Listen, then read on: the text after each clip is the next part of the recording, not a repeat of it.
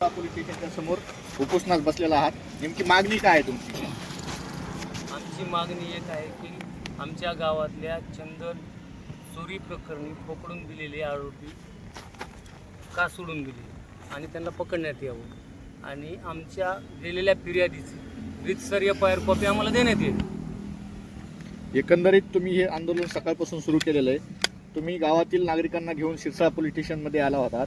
त्यावेळेस नेमकी घटना काय घडली? अतिशय तुमचा तो पोलिसांसोबत जी घटना घडली त्याचा व्हिडिओ सुद्धा व्हायरल झालेला आहे. नेमकी ती घटना काय होती आणि तुमच्यात संभाषण काय होतं? आमच्यातले गावकरी शिष्टमंडळ पूर्ण साहेबाकडे आले होते. साहेब, आमच्या गावामध्ये खूप मोठ्या प्रमाणावर चोरी झालेली आहेत. 10-15 झाडं चंदनाची चोरी गेलेली आहेत व एका शेतकऱ्याची मोटर पण गेलेली आहे. आज ती पण उघडकीस आली. ही त्याच्याबद्दल काल फिर्याद दिलेली आहे त्यांच्याकडे. त्याची FIR कॉपी आम्हाला देण्यात यावी असं आमचं शिष्टमंडळ पोलीस स्टेशनला आलं होतं.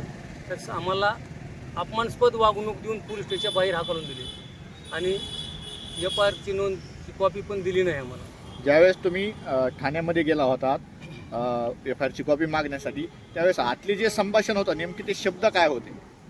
चला पोलीस स्टेशनमध्ये नाही, सगळे बाहेर व्हा असं म्हणजे काय ते हावभाव काय असतील? दहशत निर्माण केली त्यांनी आमच्यावर आणि आम्हाला असं बाहेर हाकलून दिलं.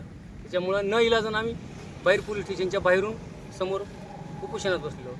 एकंदरीत तुम्ही उपोषणाला बसल्याच्या नंतर तुम्हाला काही त्याकडून काही प्रतिसाद मिळाला किंवा काहीही प्रतिसाद नाही. आम्ही उपोषणाची त्यांना माहिती देत असताना रिसिव्ड मागण्यासाठी आम्ही पोलीस स्टेशनमध्ये गेलो तर त्यांनी आम्हाला याच्यावर रिसिव्डसुद्धा देण्यात आली नाही.